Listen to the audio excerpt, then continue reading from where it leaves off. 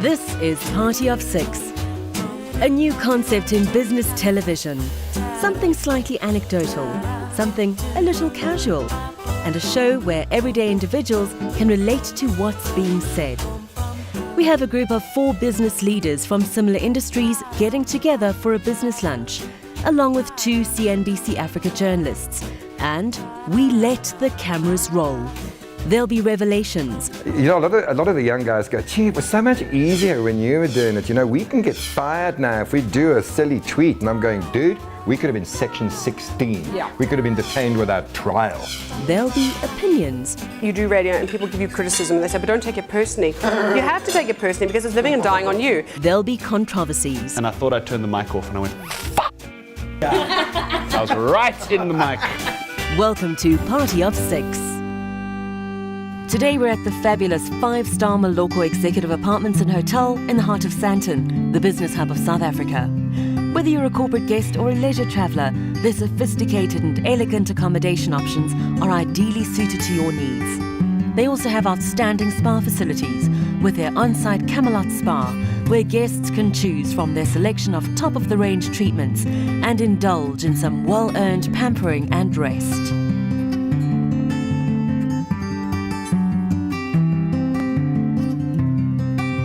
I'd just like to welcome you to Maloko Hotel. My name's Alex, I'm the executive chef here. Our most popular starter dish on the menu at the moment is our springbok carpaccio. It comes from South Africa as well. It gets served with a mango salsa and parmesan shavings. So I've got 3 main courses that's very, very popular here. First I'm starting with, it's called the classic chicken. Alright, it's a chicken quarter marinated in a pickled mango sauce and served with chips or pap. Dessert recommendation is my favorite. It is chocolate fondant, something similar to a chocolate volcano. Alright, we bake it off quickly. Inside is nice gooey stuff. When you tap it, pops out, and all the goo runs out. That goes well with vanilla ice cream. I think I'll start with that. It's wonderful to be in the media. So this is what we're going to chat about today. It's fun to see old friends and new ones. My name is Rob Forbes from 5FM. I host the best 9 to 12 show. Booyah! It's the youth of today. Oh, it's the youth of today. No, I started off in campus radio in about 2003, and I spent some time with Sam and Alex at Highveld for a couple of years. Not enough for any good qualities to sink in. You know. And then moved across to the public broadcaster, and we've been at 5 for 2 years, and it's been good. We do host a very awesome show, 9 to 12, see you there. But pipe down. Sorry, my name is Fix. A lot of people call me Fix. Fikile is the full name. I started off in TV with MTV and then moved on to radio and stayed there and love it. Alex, I think now I can speak for the real 9 to 12. Thank you very much. It's an honor. I mean, I'm sitting with the guy who basically influences my style. I remember there was a day when you were still doing the afternoon drive at Highveld, right? Yeah, that's right. And I left my show directly straight into his. Why? Because the inspiration can't stop, right? Oh, so I sat in there with him, and I mean, this man behind the mic is just a marvel to watch. So me and Fresh, we used to work together, by the way. We had a few compilations out. And then I moved into what we now call soul. I just play soul music. There's a new movement now. This type of setups, Maloko, pubs and restaurants, especially in the East Rand, where people just come, wine and dine and listening to nothing but soul music. I actually just fell into radio. I was looking for a job and I approached a community station. I said, look, I'm bored, I've got time, let me volunteer. And they needed a producer, and I produced The Breakfast Show. And I'm very privileged to be here. I'm Sam, and I have been at Prime Media now for 20 years, this year in June. I've done breakfast for 17 years and gone through a slew of people. And as you, Al, have chewed up and spat out lots of 9 to 12 presenters.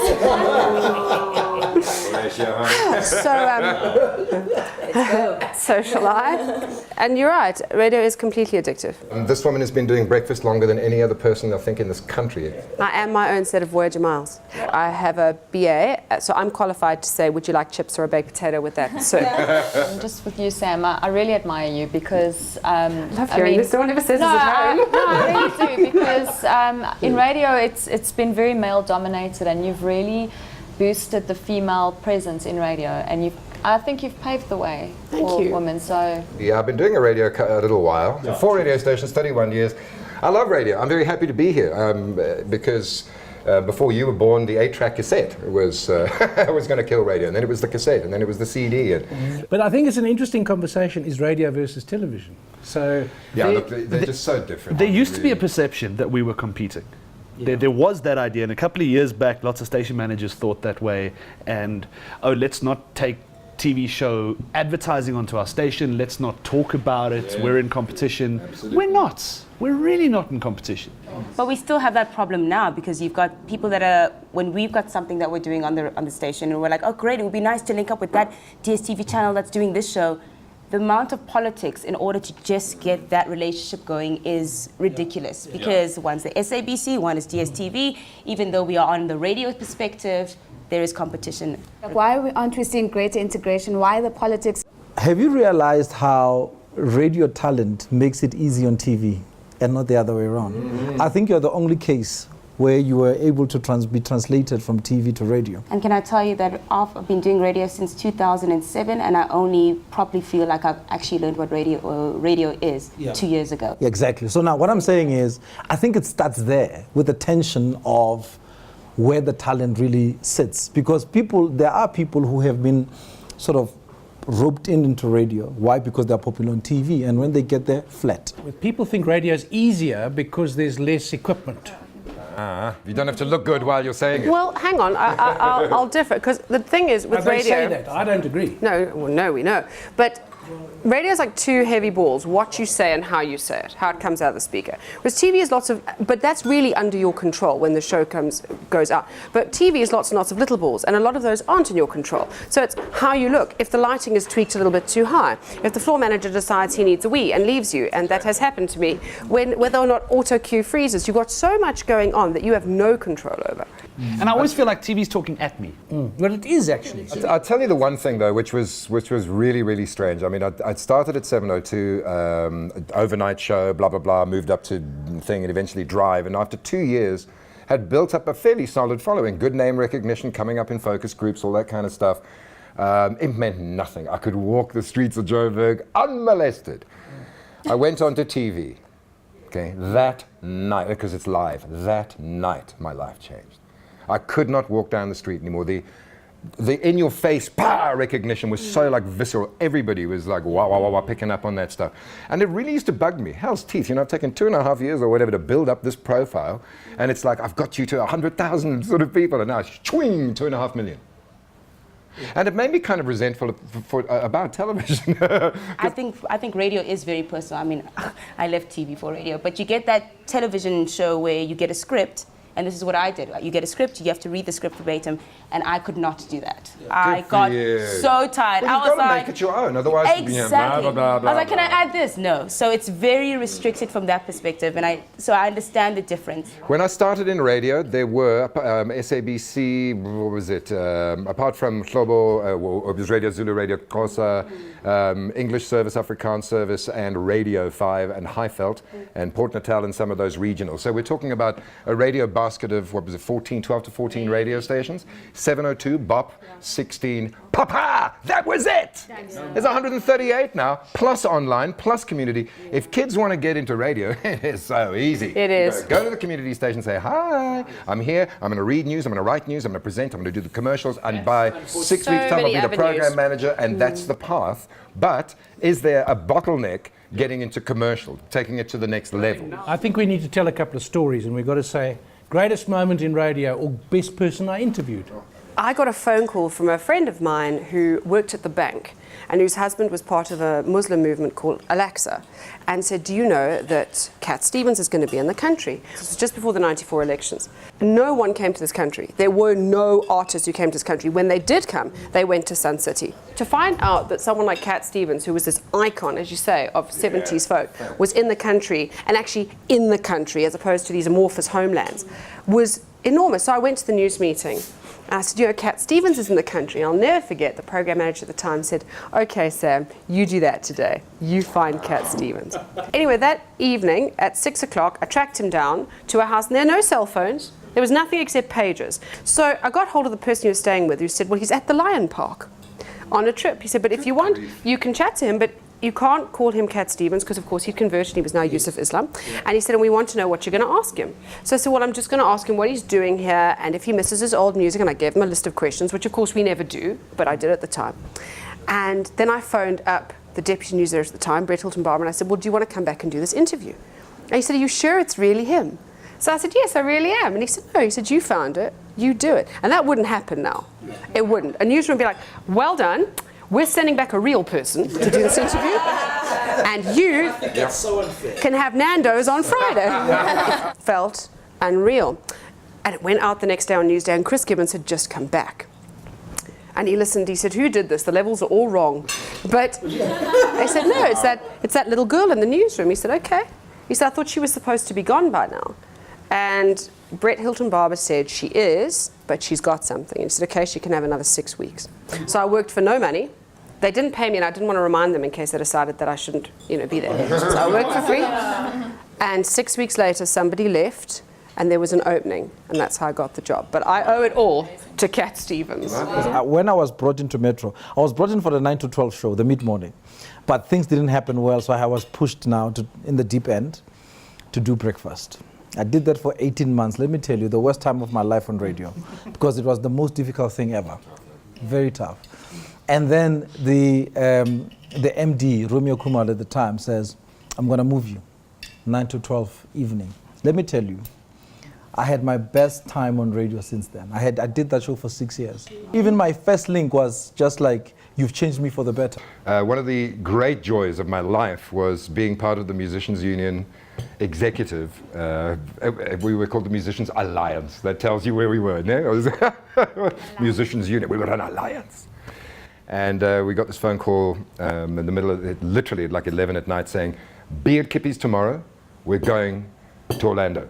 So Madiba had just been released. He was out, it was his 7th day. He'd been out for 7 days, back in Joburg. First meetings, we got bussed there, and there was 8 of us in the Musicians Union executive. Now my job was to go and report back on the meeting, which, given the political context, which I know nobody will understand now, but at the time, man, it was like, you know, we were all on the knife's edge. Nobody knew, and it was partly because Madiba had been kept away, and no likeness, no quotes, no figures, no nothing. Nobody knew what he was. He could have walked out and went, burn! And, you know, we would have gone, yeah, that's what I kind of expected.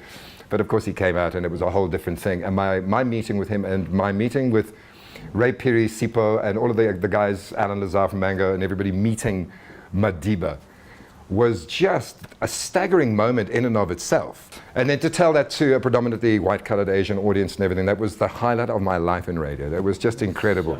I cried all the way through it. It got nominated for an SABC thing. Because, I mean, look, they were going to fire or arrest me 6 weeks earlier. Now it's in the archive of great radio moments. I was at Tuks FM for years and years. I never wanted to be on air. I was a producer.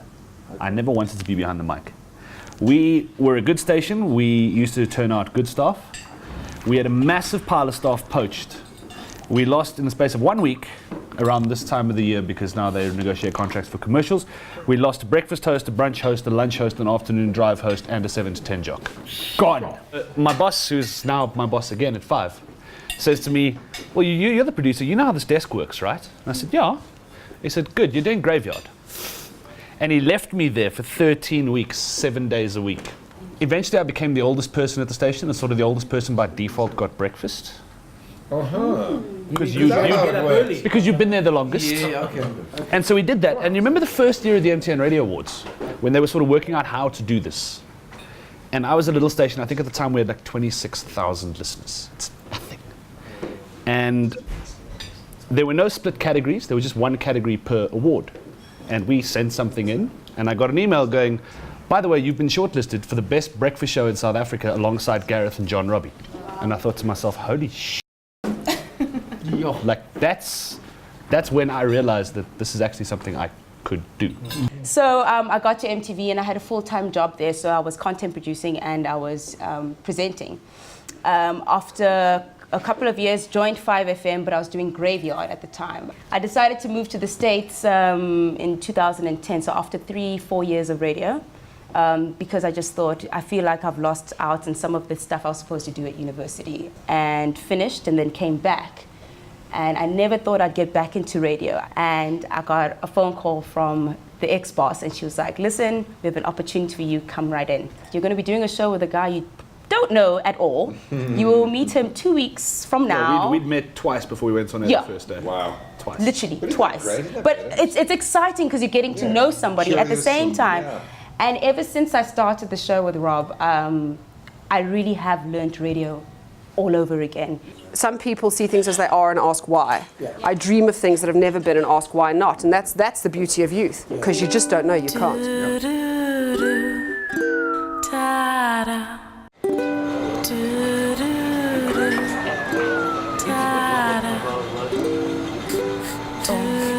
Do you remember when Derek Keyes resigned as finance minister, and they made Chris Liebenberg this finance minister, and nobody knew him and he didn't have a spokesman yet? So I looked him up in the phone book. So I phoned, and his wife answered, hi, can I speak to Chris Liebenberg? She said, just hang on a minute. And he came on the phone and said, listen, I heard you've just been made the finance minister, and would you mind terribly speaking to Chris Gibbons just after, because by then he'd swapped over and he was doing the Chris Gibbons report at 5 till 6:30. So would you mind terribly being on the radio at about 5 o'clock? He said, well, I can't talk for long. He said, I've got a media briefing, but yes, that's all right. So I went and I said, Chris, you're all right with chatting to Chris Liebenberg? He said, how did you do that? And I thought about lying, but I said, I just looked him up in the phone book. When you're on air and behind that microphone, who are you there for? And all great broadcasters will tell you it's not about me. All great broadcasters will tell you about that. That it's about the person who's listening. And if I'm not asking questions like Oprah will say, you are at the very privileged opportunity where you are.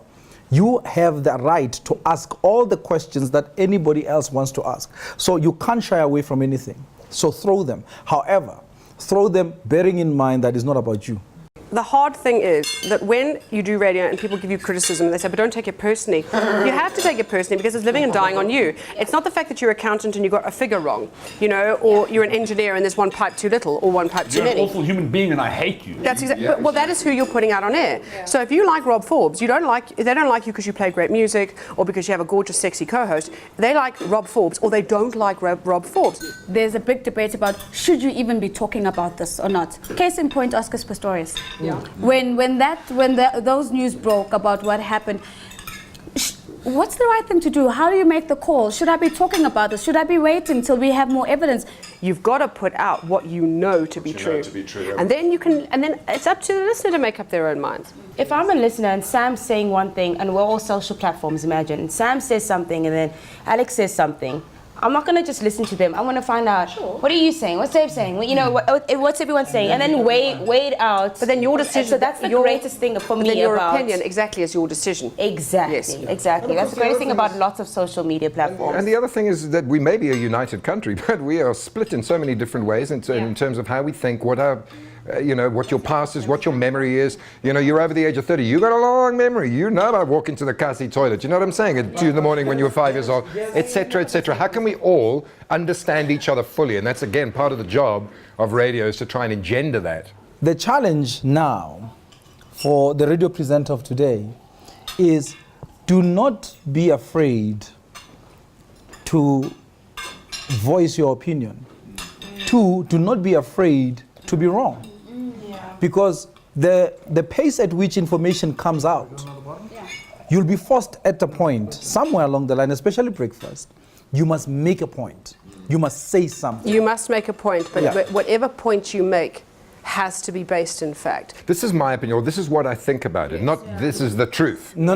Because nobody's the clarion voice of truth. And that's what makes most breakfast hosts people that you want to wake up and listen to, purely because they're not afraid to say what they think. But your view on what we look like as a country? young South Africans cannot be more positive about this country. They love it. We all think it's going to turn out all right. We all think it's going to work. Yeah. Everyone does.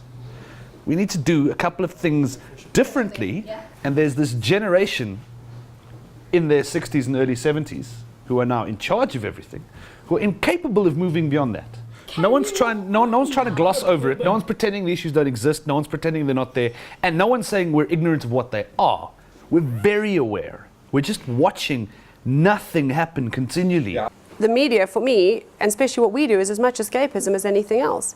And I remember when The Rude Awakening first came on air, and it was the first show where, in the midst of the worst crime wave this country had ever seen, said, it's cool. You know what? It's not great. We have our issues.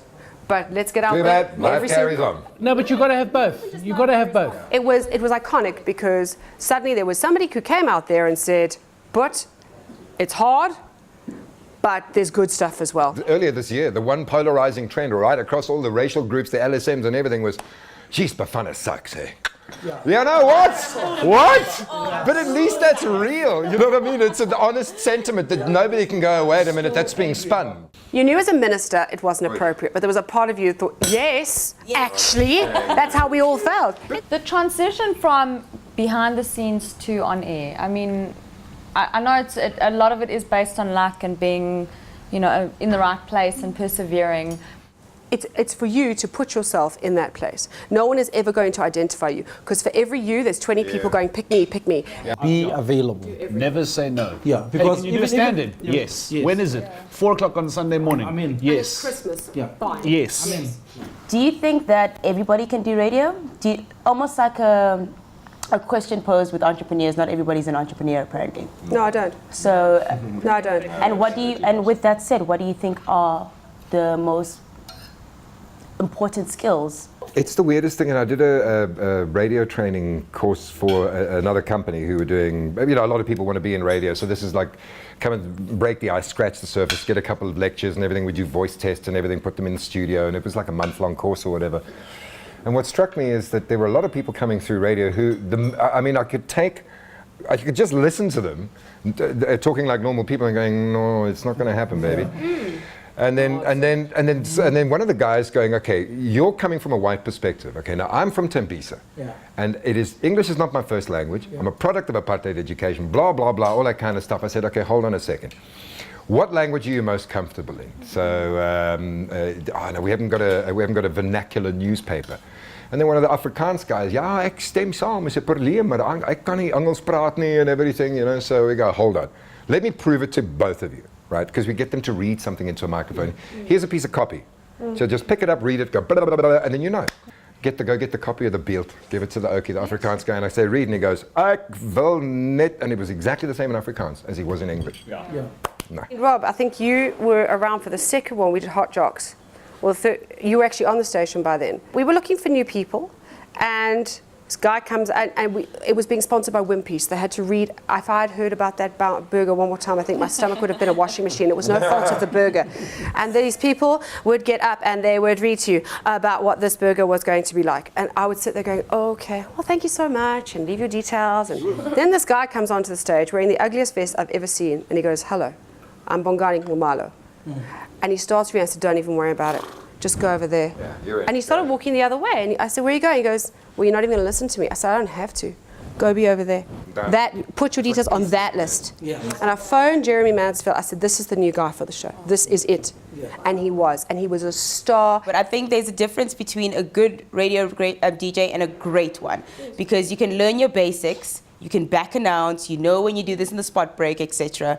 But what do you think makes a great DJ? I've got my own idea, but I'd like to hear from the greats. Give us your idea first. Yes. No, because you're going to steal mine. No, I'm kidding. No, I really would like to know. I think I have an idea, and I think it's maybe something to do with not being afraid. A great presenter is a person who is able to realize that first things first, they are human, talking to another. That's it.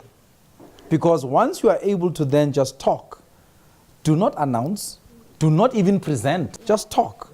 You are the realest thing ever. How much of you are you actually giving, as against having to also balance that with protecting? Gee whiz, that's a tough one. I will say to you, bring that which you want to bring of yourself in context of who is listening. Very good.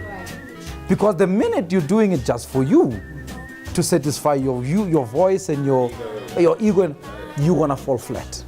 One of the most famous radio people in this country only went, Papa Stella, no names mentioned, when he went onto television. So, how much is just being a radio presenter? Well, I've got a bit of an answer to that. Go on. Now, there have been very controversial, much more successful radio people than me. But 20 years on, I'm still here. So I had to take what I wanted and balance that against what maybe other people wanted or wanted from me. I was never going to be that person. I was never going to be that controversial, let's just say something, or even if I thought it. But it was great to know that from an early age, and that's what set you apart. And that's the point about being real, is to be who you are. And I'll never be that person. If I do say something wildly controversial, it'll be an accident. Do you know what I mean? Because that's not who I am. I'm the nice person and the funny person, and I like being that person. Hoping to share the airwaves with someone. Of course. Oh, no doubt. No doubt. Thanks for teaching me something new. It's Chai FM, not Chai. What I'm going to say is thank you to all of you. Tabo, Rob, Fix, Zipa, my co-host at CNBC. Alex, wonderful to see you again. That was very, very pleasant. And Sam, wonderful to see you again. So it's been great to have this conversation.